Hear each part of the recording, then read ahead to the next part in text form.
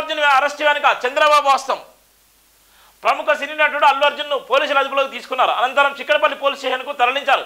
Pushpa 2 release సందర్భంగా Hyderabad artist cross రోడ్లోని సంధ్య theatre వద్ద తొక్కిసలాట జరిగింది. ఈ ఘటనలో రేవతి అనే మహిళ మృతి చెందగా ఆమె కుమారుడు శ్రీతేజ తీవ్రంగా గాయపడ్డాడు. ఈ ఘటనకు సంబంధించి అల్లు అర్జున్పై BNS 105-118 సెక్షన్ల కింద పోలీసులు కేసు నమోదు చేశారు. ఇప్పటికే కేసులో 3గురిని అరెస్ట్ చేశారు. తాజాగా అల్లు అర్జున్ను పోలీసులు అదుపులో తీసుకున్నారు. అల్లు అర్జున్ అరెస్టుపై వైసీపీ నాయకురాలు లక్ష్మీపార్వతి స్పందించారు. ఈ క్రమంలో ఆమె సంచలన వ్యాఖ్యలు చేశారు. అల్లు అర్జున్ అరెస్టు బాధాకరమని, ప్రతి దానిలో చంద్రబాబు నాయుడు హస్తం ఉంటుందని పేర్కొన్నారు. సినిమా ఎలా ఉంది చూడడానికి అల్లు అర్జున్ వెళ్ళాడు. అయితే అల్లు అర్జున్ వెళ్ళినప్పుడు అక్కడ ఏర్పాటు చేయని ప్రభుత్వానికి తప్ప ఏ తప్పు చేయని అల్లు అర్జున్ని అరెస్ట్ చేశారని లక్ష్మీపార్వతి అన్నారు. రాజమండ్రి పుష్కరాల్లో కందుకూరు సమయంలో మార్చిన చంద్రబాబు ఎన్నిసార్లు అరెస్ట్ చేయాలని లక్ష్మీపార్వతి ప్రశ్నించారు. ఏపీలో చంద్రబాబు అక్కడ ఆయన శిష్యుడు ఉన్నారు.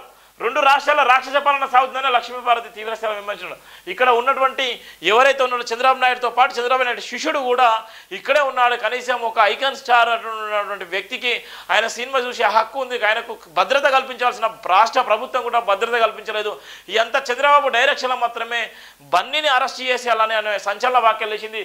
అదే తరాలో ఏదైతే పుష్కరాల్లో జరిగినటువంటి అనేక సంఘటనలు, పుష్కరాలు అనేక మంది కూడా చనిపోయినటువంటి సందర్భాలే. ఆ పుష్కరాలు చనిపోయిన సందర్భంలో రాష్ట్ర ముఖ్యమంత్రి ఉన్నటువంటి చంద్రబాబు నాయుడు కూడా అరెస్ట్ చేయాలని కూడా ఆమె తీవ్రమైనటువంటి వ్యాఖ్యలు చేసిన నేపథ్యం కూడా చూస్తున్నాం.